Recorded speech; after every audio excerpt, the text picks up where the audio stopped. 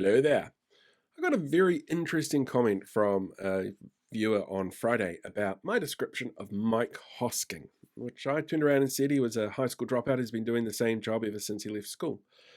This person took it as an insult to people who have dropped out of high school and worked for their entire career, and it's not meant to do that at all. I've got a great amount of respect for anybody who does well in what they're doing and chooses the career that makes them happy. Good on you. Mike Hosking has clearly done very well out of it. It's not a criticism of that whatsoever, but what it is a linguistic choice.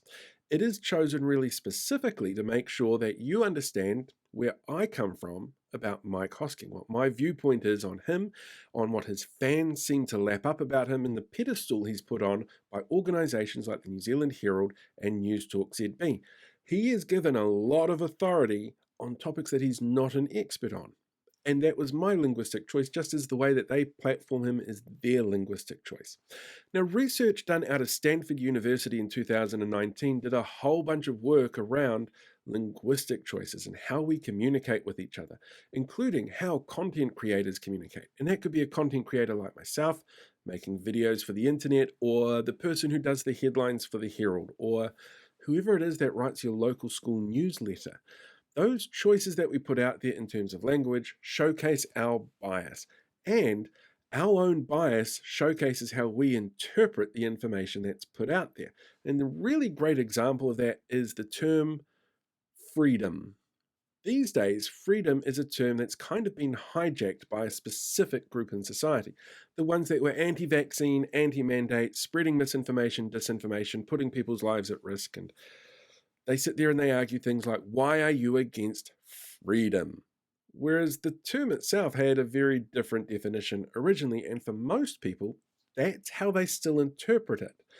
But the bias that we take into any kind of media that we ingest highlights what we think is important. And if you want some really good examples of this, all you need to do is take a look at a couple of the videos I did last week.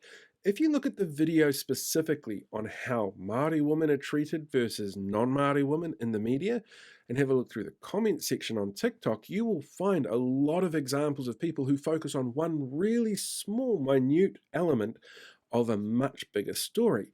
And that is a line that was not put in the video, because the video wasn't about an individual or their behavior.